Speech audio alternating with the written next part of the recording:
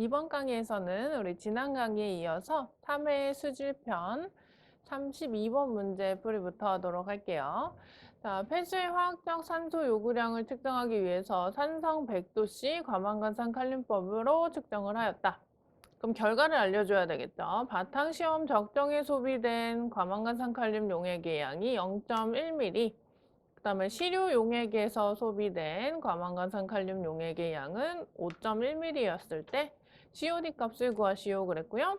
역가는 1이고 시험에 사용한 시료의 양은 100ml이다 라고 했네요. 그럼 이 문제는 COD 측정한 결과를 도출해가지고 값을 산출해 보려면 일단 식을 알아야 되겠죠? COD 산출식. 지난 시간에는 우리 BOD 산출식도 해봤죠. 초기 DO 빼기 5일 배양 후에 DO 곱하기 희석 배수를 통해서 BOD를 산출할 수 있고요. COD 같은 경우는 바탕시험이라는 걸 행하게 되죠.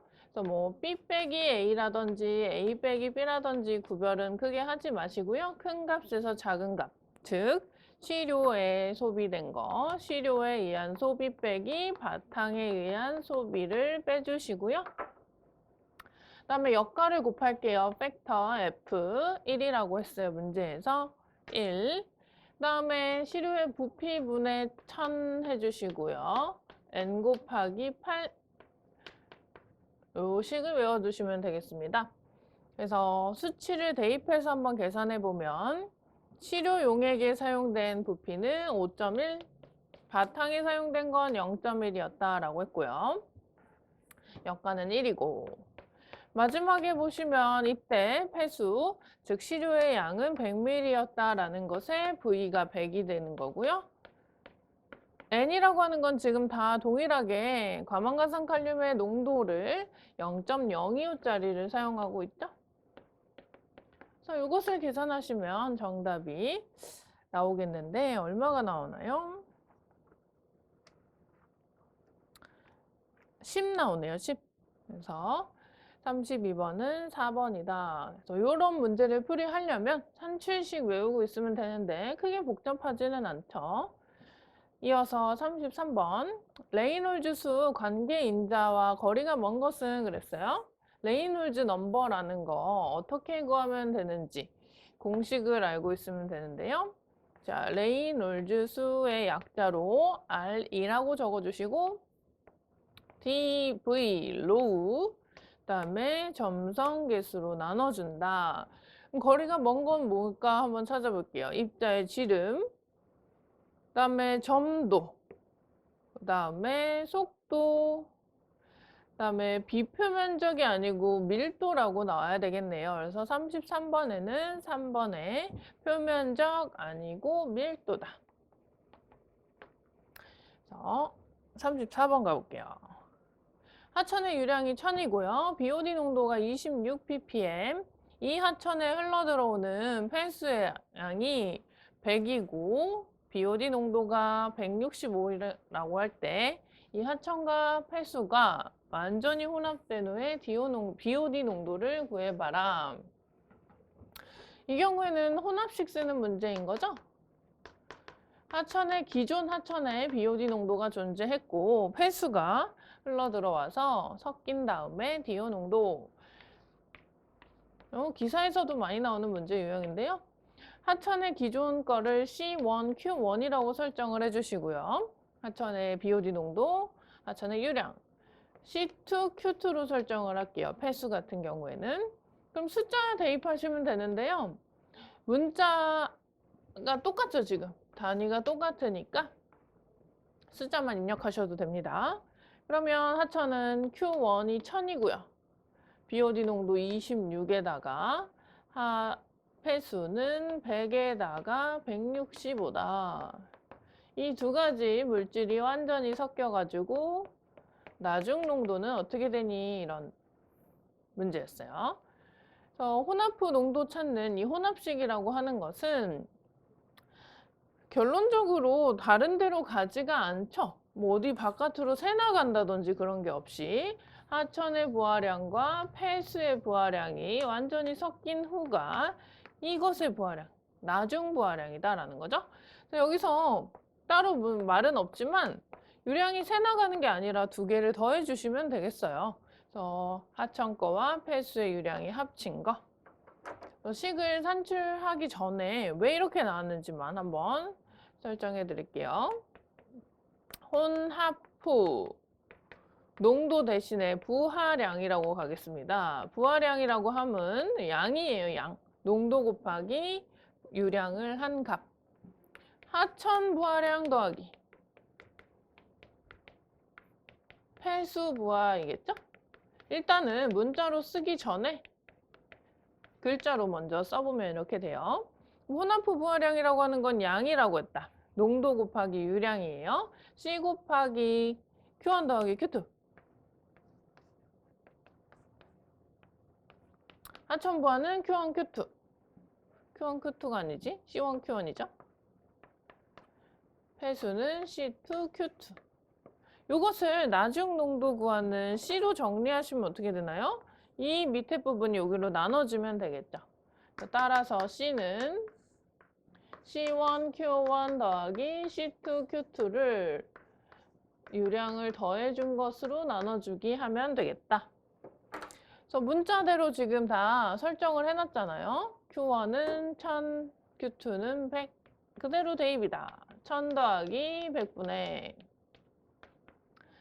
26 곱하기 1000 더하기 165 곱하기 100을 하면은 정답이 얼마가 나오냐면요. 48.5인가요? 38.6으로 1번 나온다라고 하네요.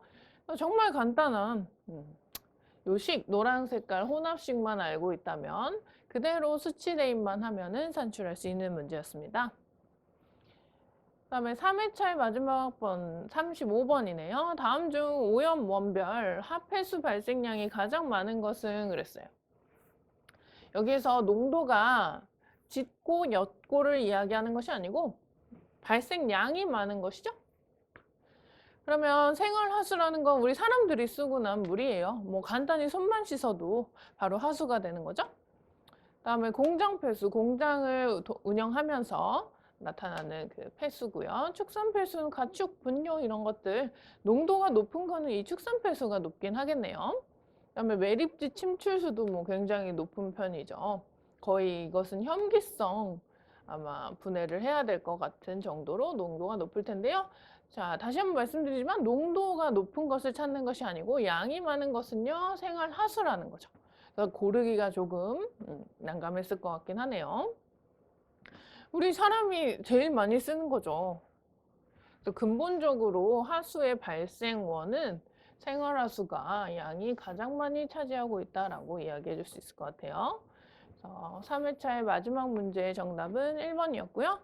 그럼 이제 4회차 문제에 들어가 봐야 되겠죠. 4회차에서 1번은 16번이 된다.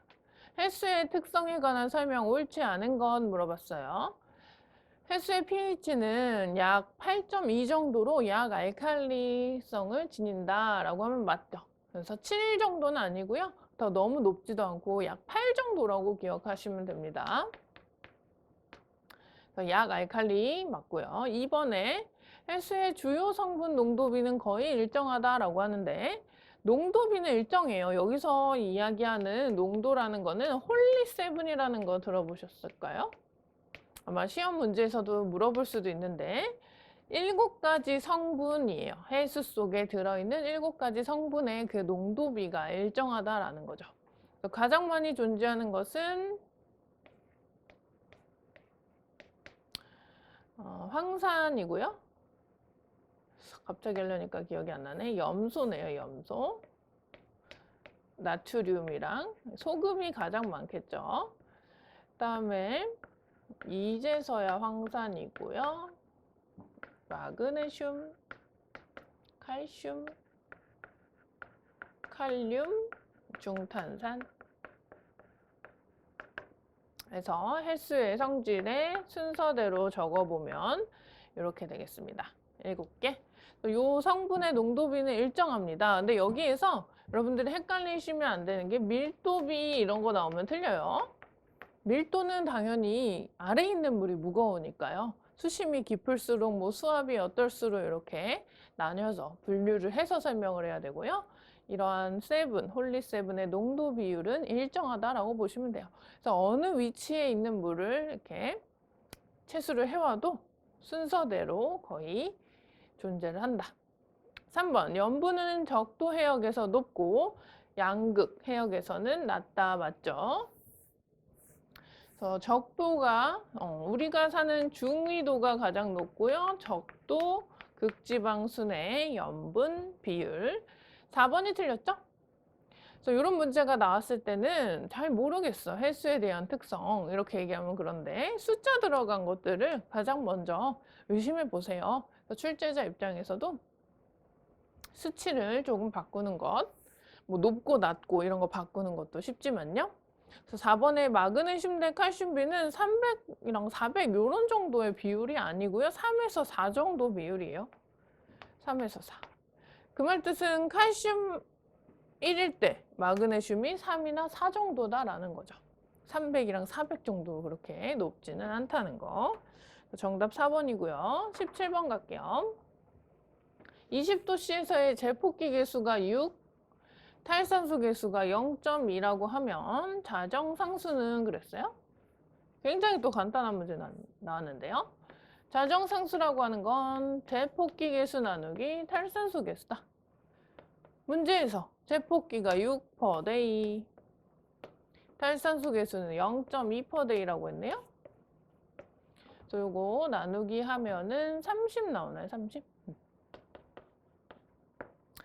자정상수라고 하는 거는 제폭기, 바람이라든지 이런 것들로 다시 녹아 들어오는 그 개수, 날아가는 탈산소 나누기 해주시면은 상수를 찾을 수 있다.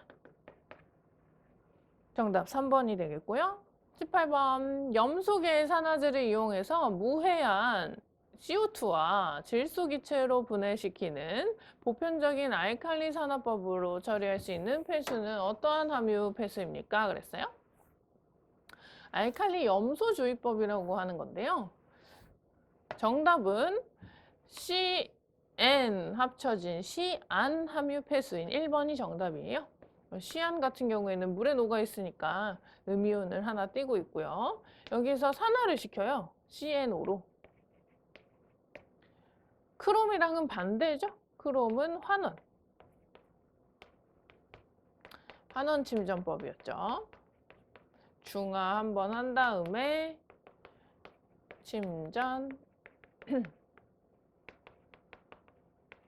근데 얘는 산화를 먼저 해주고요. 그 다음에 CO2와 N2로 날려보낸다. 대기 중으로. 대기 성분이 질소 기체가 1이잖아요. 그죠? 대기에 있으면 문제가 없어. 무해하다. 여기 무해하죠. CO2가 있어도 무해하고요. 원래 우리 이런 상황에서 사니까요. 근데 수중에 있으면 시아는 독성이 있기 때문에 이렇게 해서 무해화 처리하는 이 폐수는 시안 함유 폐수라는 거. 이것도 뭐 pH 같은 거 알칼리 상황에서 넣어줘요. 이 친구랑 반대죠. 얘는 pH 2에서 3, 얘는 10에서 12 정도로 높게끔 해준 상황에서 산화를 시킨 후에 중화 과정 한 번 또 거쳐주고요. 그 다음에 날려보내면 되겠습니다. 19번. 문제가 긴데 하천이 유기물로 오염이 되었을 경우 자정 과정을 오염원으로부터 하천 유화거리에 따라 첫 번째, 분해지대에 거치죠. 활발한 분해지대 회복하고요. 정수지대처럼 보이는 그런 느낌. 4단계로 구분한다. 뭐 간단한 문제에서는 이 4단계의 순서대로 옳게 나열된 것을 물어보기도 하죠. 근데 이 문제에서는 이 보기와 같은 특성을 나타내는 단계 하나만 찾아봐라 이런 것 같아요. 보기를 읽어보니까 용존산소 농도가 아주 낮거나 때로는 거의 없어. 여기까지만 읽어도 사실 활발히 분해한 지대, 부패지대라고 하는 게 정답인 거 감이 오시죠? 부패 상태에 도달하게 된다. 이 지대의 색깔은 짙은 회색을 나타내고요. 암모니아나 황화수소에 의해서 냄새가 나죠. 악취 유발 물질들. 흑색과 점성질이 있는 퇴적 물질이 생기고 기포방울이 수면 위로 떠오르게 되는 거. 혐기성 분해가 진행되면서 수중의 CO2나 암모니아성 질소의 농도가 증가하는 단계는 활발한 분해지대입니다. 문제만 너무 길고 정답은 간단했네요. 20번 가로 세로 높이의 규격을 알려줬어요. 직사각형 30m 18, 3.6m짜리의 직사각형 조에 물이 가득 차 있다. 약품 주입 농도를 69mg/L로 하기 위해서 주입해야 할 약품의 양은 물어봤어요. 그래서 이번 시간에는 우리 수질에서 좀 중요하게 쓰인다라고 하면 양을 찾거나, 지금은 양을 찾는 것은 아닌데요. 특히 약품 하루에 얼마 주입하면 되는지 혹은 킬로그램이라든지 몰 이런 것도 있긴 한데요. 이렇게만 볼게요. 우리가 일반적으로 수질 농도 단위는 미리그램 퍼 리터라 그랬고요. 그것이 1리터만큼 있다 그러면 이렇게 지워지죠. 그래서 양만 남죠. 양이라고 하는 거는 농도 값에다가 부피를 곱하거나 혹은 시간 개념 들어오면 유량이 되는 거죠. 여기에 뭐 데이가 들어오면 유량인 것처럼. 그래서 이 개념이 굉장히 많이 쓰입니다. 우리 기사, 산업기사 할 거 없이 기능사에서도 쓰이고 있고요. 그러면 이번에 이것도 양을 물어본 거군요. 자, 이게 X죠, 지금. 그리고 농도 69mg/L인데 kg/m 메타 3승으로 하려면 1000으로 수치 나눠주면 바로 전환된다라고 했던 거 기억나실까요? 그래서 mg/L라는 거를 kg/m 메타 3승으로 바꿀 때에는 분자 분모가 동일하게 단위가 커져야 되는데 분모는 한 단계만 커졌어요. 킬로리터. 분자는 두 단계 커졌죠. 밀리에서 없는 그램, 킬로그램까지 그냥 그램 해서 분모가 1000배가 덜 커졌기 때문에 이런 식으로 1000분의 1을 고려해 줘야 됩니다. 그래서 69에다가 11-3승 해주고 이제 뭐 하면 돼요? 여기서는 부피네요. 그죠? 30, 18, 3.6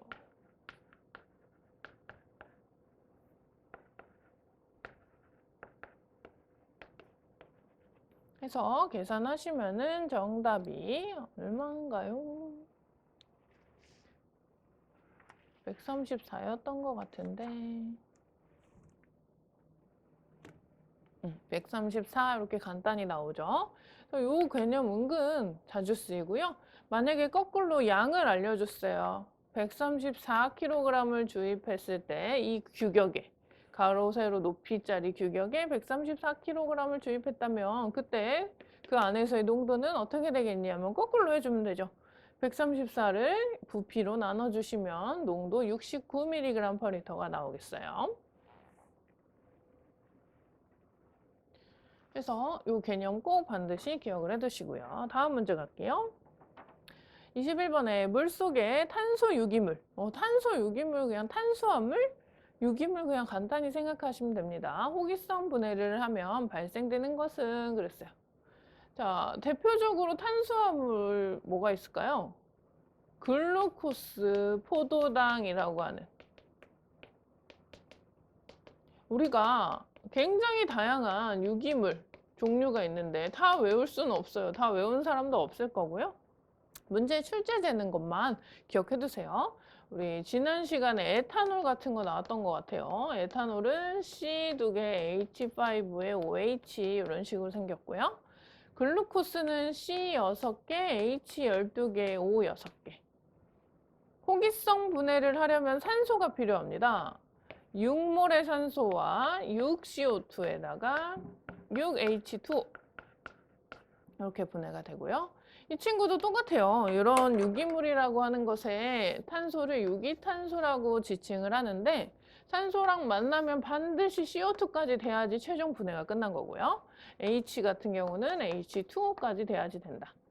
그래서 탄소 유기물, 즉 유기물 같은 경우는요. 질소가 없는 거죠. 그래서 일부러 탄소 유기물이라고 출제를 했는데 이산화탄소와 물이 무조건 생기고요. 개수만 달라진다.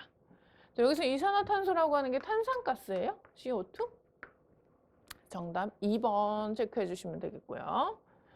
22번. 생물학적 처리 방법 중 활성 슬러지법에 관한 설명. 거리가 먼 것은? 또 활성 슬러지 물어보죠? 산기식 포기장치에서 산기장치 일부가 막혔다. 폐쇄됐을 경우에 수면의 흐름이 균일하지 못하겠죠. 그래서 10개 구멍에서 균일하게 뽀글뽀글 공기가 나와야 되는데 한 곳이 막히면 다른 곳에서 같은 양만큼 나오다 보니까 수면이 출렁거리게끔 보이겠죠. 이번에 용존성 유기물을 제거하는데 적합하다. 이 활성 슬러지 공법은 뭐라고 그랬어요? 여기 생물학적 처리 방법이다. 생물이 먹으려면 크기가 작은 사이즈인 용존성 유기물을 처리하는데 아주 적합하죠.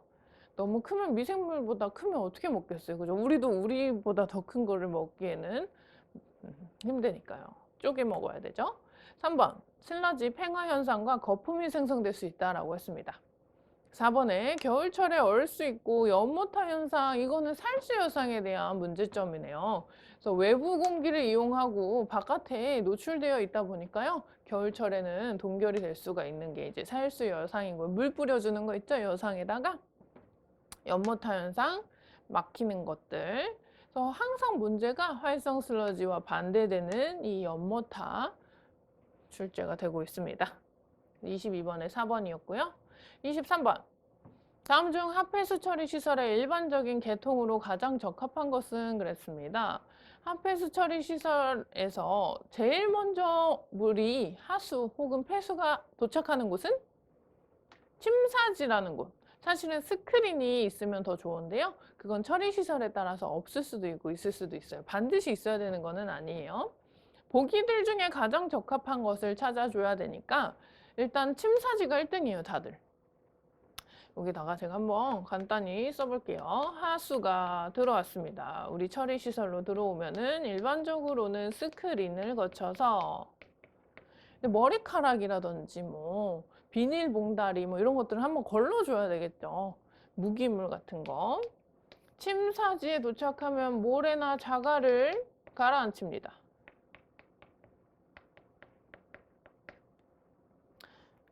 그래서 요 앞에 두 가지 과정은요, 뭐라고 하냐면 전처리 시설이라고도 해요. 본격적인 시설은 아니고 본격적으로 처리하기 전에 이런 무기물 같은 것들을 제거한다.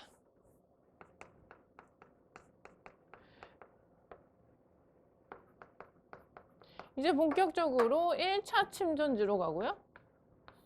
1차 침전지.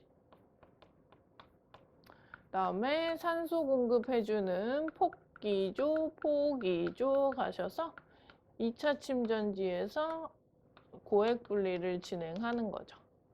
그다음에 마지막에 소독 정도. 이렇게 보시면 침사지, 1차 침전지, 포기조, 소독 2번이 가장 올바르겠어요. 23번에는 2번이다. 요 정도 알고 있으면 많이 알고 있는 겁니다. 그래서 지우기 전에 여기 부분 있죠. 포기조에서 2차. 이것은 부유 공정이기 때문에 반송이라는 과정이 필요하고, 여기 동그라미 친 부분을 활성 슬러지 공정이라고 합니다. 다음에 24번. pH에 관한 설명으로 옳지 않은 것은 있는데요. 보니까 공정시험 기준에 나와 있는 문제들이 꼭 매 회차 한 2개, 3개 정도는 나오고 있네요. 이 pH도 공정시험 기준에서의 설명인데요. 수소이온 농도의 역수의 상용대수로서 나타나는 값이다. 자, pH는 어떻게 쓰기로 했나요? 여기서 이야기하는 P는 마이너스 로그라는 거죠. 마이너스 로그의 수소이온 농도다. 마이너스를 위로 올려주면 역수 취급하면 되잖아요. 수소이온 농도분의 1. 그래서 수소이온 농도의 역수를 상용돼서 취한 값이다. 맞고요. 2번에 pH 표준액 조제에 사용되는 물은 정제수를 증류하여 그 유출액을 15분 이상 끓여서 CO2를 날려보내고요. 산화칼슘 흡수관을 달아 식힌 후 사용한다. 맞습니다. 그래서 이런 데에서는 이 시간 정도, 15분 혹은 CO2를 날려보내기 위해서 이러한 과정을 한다라는 거. 그다음에 3번에 pH 표준액 중에 보통 산성은 3개월. 이런 부분도 자세하게 나올 땐 틀리게 나와요. 산성 표준 용액은 3개월 정도, 염기성은요 1개월. 이 정도 이내에 사용해야 된다는 점도 오늘 여러분들 추가적으로 정리해 두시면 좋고요. 4번이 틀렸는데요. pH 미터라고 하는 거 이제 측정을 해서 결과값이 나오는 건데 아르곤 전극 아니고 유리 전극이에요. 유리 전극과 산화 전극으로 된 GC부가 아니고 검출. 그 차이로부터 나오거든요. 전력의 차이. 그 다음에 GC부가 맞겠습니다. 검출을 해가지고 결과를 도출해주는, 표시해주는 부분이에요. 그래서 일단은 아르곤 전극부터가 틀렸고요. 유리 전극, 기존 전극과 측정된 것의 차이로부터 검출을 하고서 GC부에서 지시를 해준다. 다소 어려웠죠? 그래서 2번이라든지 3번에서도 충분히 오답으로 유도할 수 있는 부분이 있었는데요. 4번이 의외로 틀리게 나왔네요. 다음 문제 갈게요.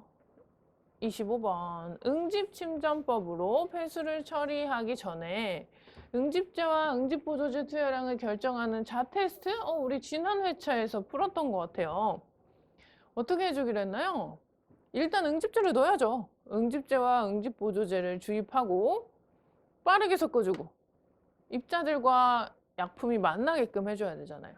그 다음에 계속 빠르게 섞어주면 플록이 해체될 수 있으니까 천천히 이제 속도를 낮춰주고 그 다음에 침전을 하고 상등수를 검사해본다, 분석해본다라는 거였죠?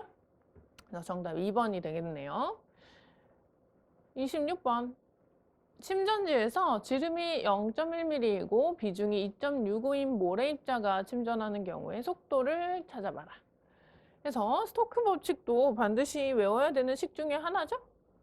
VS는 지난 시간인가 가장 영향이 큰 것은 무엇이냐, 그죠? 여러분, 스토크 법칙에 사용되는 것 중에서 이 입자의 직경만이 제곱이다, 제곱에 비례한다. 그래서 입자의 직경이 정답이었었어요.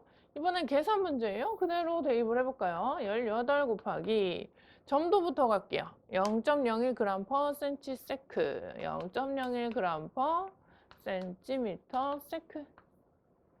직경 0.1mm니까요. 통일을 하는 게 좋겠다, 그죠? 센치로 구하라고 보기에 나와 있으니까요. 0.1mm를 센치로 바꾸면 어떻게 돼요?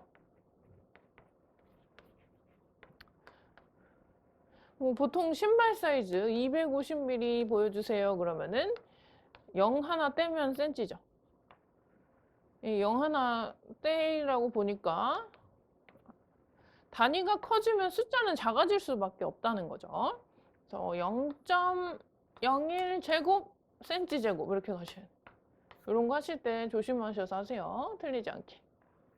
직경의 제곱, 수치 제곱, 단위 제곱. 다음 비중 2.65 빼기 물의 비중은 1이겠죠?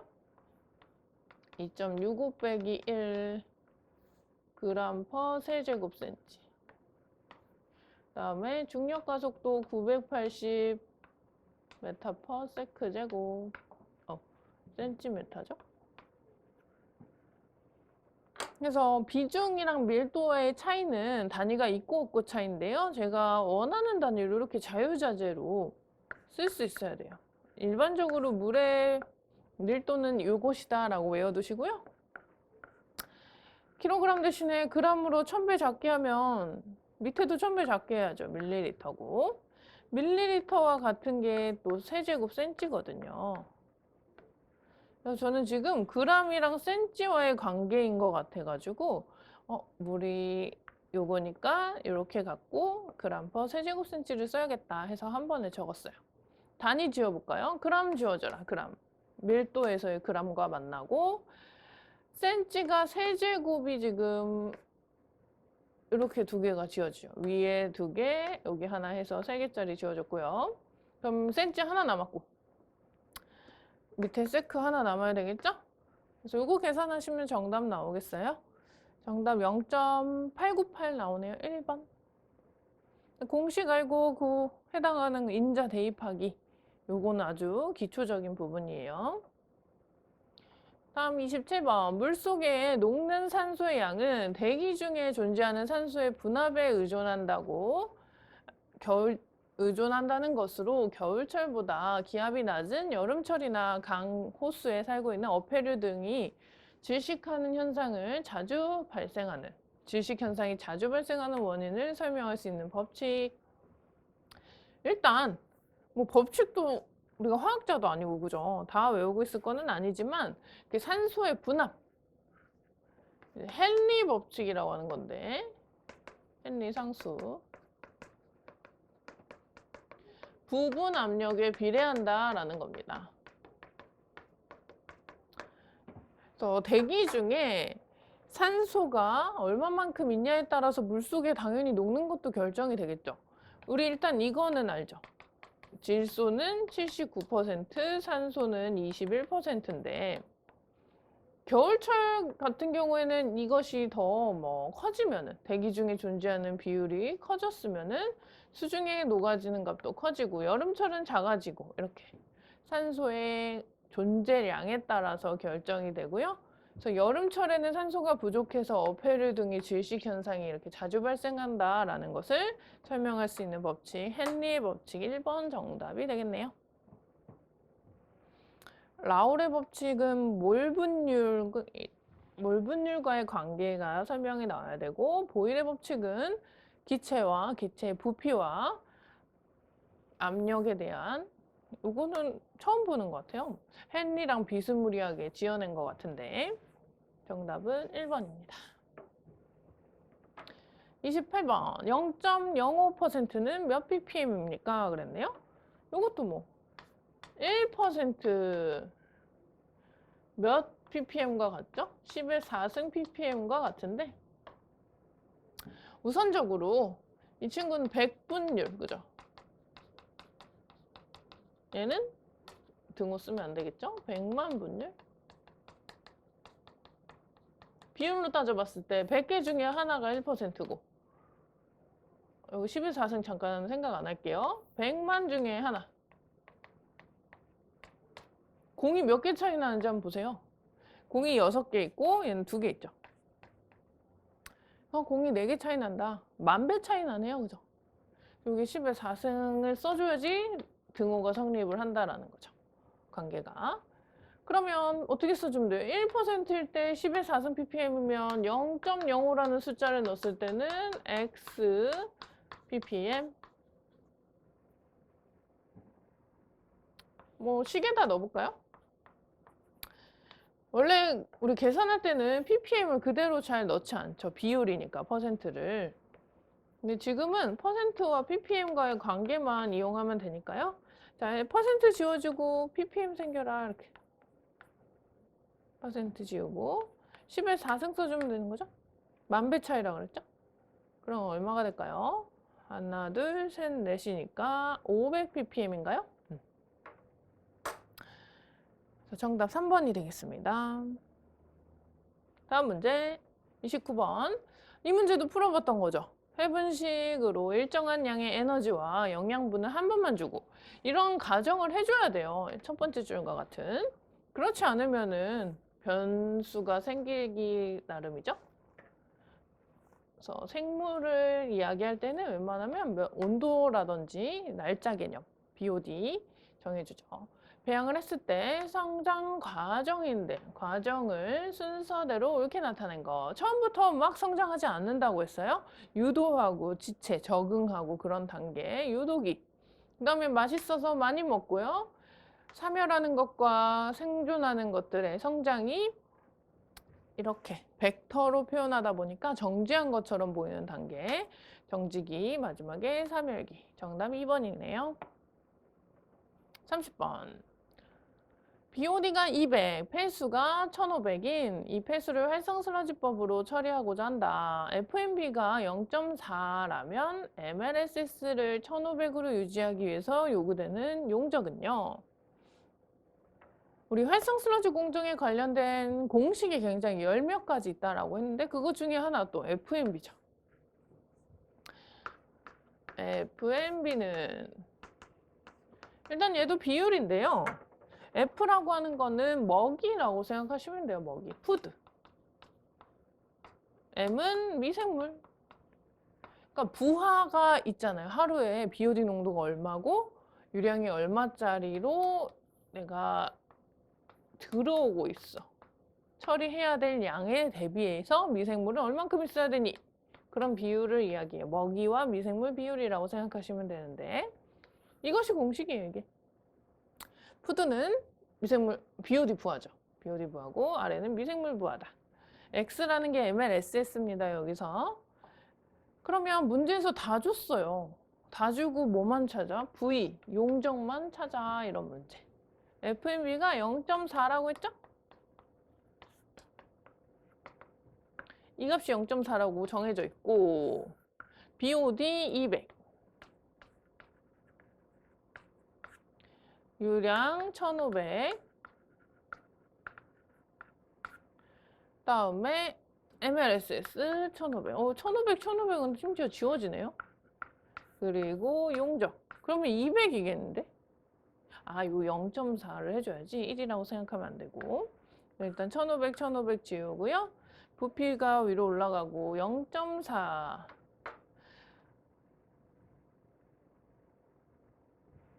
200 나누기 0.4니까 800 나오겠습니다. 800 그래서 포기조의 용적 500이군요. 이렇게 암산을 못하니 V로 정리해 볼까요? 이 친구는 그대로 놔두세요. V만 이쪽으로 올라오시고 0.4로 나눠주면은 5니까 500이 맞네요. 포기조 용적 V만 빼고 다 준 문제. 간단했죠? 그래서 요 FMB가 무엇을 의미하는지 정도만 알고 있으면 충분히 풀이할 수 있겠습니다. 다음 문제 갈게요. 31번. 경도를 일으키는 금속 이가 양이온으로 옳지 않은 것은 나트륨 이가인 척하고 있네요. 그죠? 나트륨 1가인데 그래서 칼슘, 마그네슘에다가 4번에 보시면 스트론튬이라는 물질 하나 나왔네요.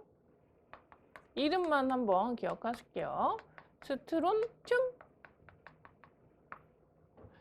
정답 2번이죠. 유사경도, 가경도 물질 나트륨은요. 이어서 32번은 각 생물학적 처리 방법에 관한 설명 옳지 않은 것은 그랬어요. 이 문제는 또 생물학적 처리에 대해서 조금 자세히 알고 있어야 되는 난이도가 있는 문제 같아요. 산화지법이라고 하는 건 수심 1m 이하의 경우 호기성 세균의 산소 공급원은 조류와 균류이다. 산화지라는 건 연못지자거든요. 이렇게 호수처럼 파여 있고요. 여기에 물이 있겠죠. 조류 광합성을 통해 가지고 산소를 줍니다. 이 산소를 박테리아가 유기물 분해하는 데 씁니다. 그래서 조류와 박테리아와의 이 공생관계. 서로 필요한 물질을 주고받는 거죠. 박테리아가 유기물을 분해하면 CO2를 주거든요. 그럼 조류가 광합성한테 CO2 먹고 산소 뱉고 하니까 또 산소를 주면 또 하고. 그래서 지금 1번이 틀렸어요. 조류이다까지 하면 맞는데 균류가 아니. 균류는 뭐죠, 여러분? 곰팡이. 산소 공급해주고 그러네. 아닙니다. 곰팡이가 맞긴 하니까 균류가. 1번에 조류까지만 나왔어야지 맞고요. 2번 접촉산화법은 생물막을 이용한 처리 방식의 일종으로 포기조의 접촉여제를 침적하여 포기교반시켜 처리한다. 이 방법은요. 생물막 공법의 일종이에요. 살수여상 말이에요. 살수여상. 살수여상에서 이야기했었는데 생물막 공법 플러스 생물막 공법은 산소 공급 안 해주는데 포기도 있어요. 포기도 해줘요. 살수여상은 외부에서 바람이 불어야지만 산소 공급이 돼서 막 악취도 나고 파리 발생하고 그랬잖아요. 근데 접촉산화법 같은 경우에는 접촉여제라고 하는 거를 생물막을 이용한 여제를 이용해서 포기교반에서 처리하는 방식이구나 정도만 체크해 두시고 3번에 살수여상 있네요. 연무타에 따른 악취 고여 있어요. 그죠? 합해수가 처리가 안 되고 고여 있고 파리 발생으로 문제점이 지적이 되고 있다 맞고요. 4번에 회전 원판 이 친구도 생물막이에요. 원판에 이렇게 생물막이 붙어 있고 여러 매가 이렇게 존재를 하죠. 그래서 이 하수에다 담궈져 있고요. 원판이 돌아가면서 이 막에 붙어 있는 미생물이 하수 속의 유기물을 섭취 분해합니다. 그래서 붙어 있으면 반송은 필요 없는 것은 맞습니다. 그죠?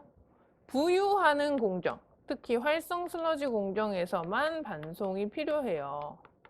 일정하게 유지하려고. 근데 얘는 계속 붙어 있잖아요, 원판에. 그래서 반송은 필요 없다는 거. 32번의 정답은 1번이 되겠습니다.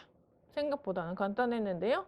이 보기들의 4가지의 공법을 명확히 알고 있어야지 사실 정답을 체크할 수 있겠습니다. 33번. 다음 환원법과 수산화 제2철 공침법으로 처리할 수 있는 폐수는 그랬네요. 그래서 요것은 또 암기할 수밖에 없는데 수산화 제2철 공침법으로는요. 비소함유 폐수인 경우에 처리가 가능합니다. 이 멘트가 나오면 비소 이런 식으로 바로 갈 수 있게끔 하면 좋긴 해요. 그래서 수산화 제2철과 수산화 제2철은 이렇게 생겼거든요. 얘가 원래 침전을 좀 잘하는 친구예요. 플러기거든요. 침전 형태. 물에 잘 안 녹는 성질이 있고요. 근데 그 친구와 함께 같이 침전하는 거죠. 얘가 비소를 가지고 같이 침전을 하는, 그래서 처리하는 방법 되겠습니다. 34번. 황산이랑 수산화 나트륨 각각 얼마씩 넣고서 중화 처리할 때 수산화 나트륨 얼마 필요하게? 이 문제 포인트 어디예요? 이거 처음 나온 거 아니죠? 중화죠, 중화. 중화라고 하면 산과 염기의 양이 같아야지 된다 그랬고요. 그럴 때 필요한 공식은 MV, 노르말 농도 곱하기 부피, 산, 염기 거, MV. 근데 여기서는 지금 황산이라고 하는 친구가 1몰 농도라고 했네요. 근데 가수 고려한 농도에는요, 가스에다가 EQ를 붙이니까 이가잖아요, 항상. 전자를 2개 주고받는 물질. 그대로 여기다 1 쓰시면 틀려요. 요거는 2를 쓰셔야 되죠. 산, 황산 2노르말이에요. 10ml를 황산 2노르말 10ml를 1몰 농도. NaOH는 노르말이랑 몰이랑 똑같죠. 1개 주고받는 물질이니까. 여기 Na 플러스 OH 마이너스. 쟤는 2개씩이고요. 그랬을 때 X 미리. 바로 계산되네요. 20. 34번에 4번 정답. 마지막 35번. 다음 중 적조 현상을 발생하는 주된 원인 물질. 영양염류, 영양물질, 질소와 인이죠. 둘 중에 하나만 답에 있어야 되겠죠? 보기 중에. 정답 2번에 인이다 라고 해가지고요. 이번 시간은 우리 4회차 문제까지 풀이하는 걸로 할게요. 수고하셨습니다.